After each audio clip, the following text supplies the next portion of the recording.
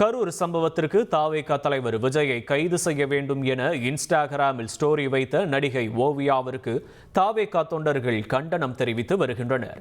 கமெண்டில் ஆபாச வார்த்தைகளில் திட்டியதை நடிகை ஓவியா தற்போது தனது இன்ஸ்டாகிராம் ஸ்டோரியில் பகிர்ந்து வருகிறார்.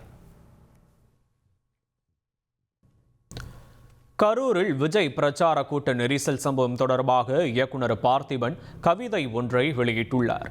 விரும்பும் நபர்களுக்கு ஓட்டு போடுங்கள், ஆனால் வாழ்வை தொலைக்க கூட்டம் போடாதீர்கள், அதிலும் பிஞ்சு குழந்தைகளை பலியாக்காதீர்கள் என்று இயக்குனர் பார்த்திபன் தெரிவித்துள்ளார்.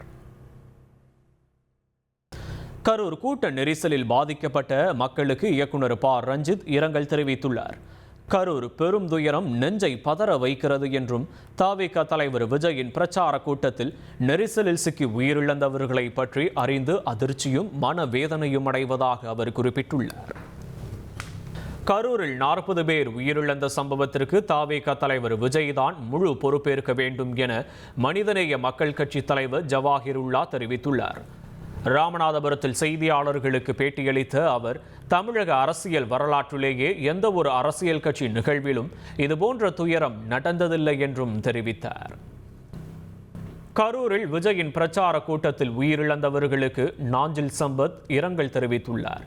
உயிரிழந்த குடும்பங்களை விஜயும் தமிழக வெற்றிக் கழகமும் தத்தெடுத்துக் கொள்ள வேண்டும் என்றும், பொதுக்கூட்டங்களை திட்டமில்லாமல் நடத்துவது உயிரை காவு கேட்கும், அதனால் நிம்மதியாக பயணம் செய்ய முடியாது என்றும் அவர் தெரிவித்தார்.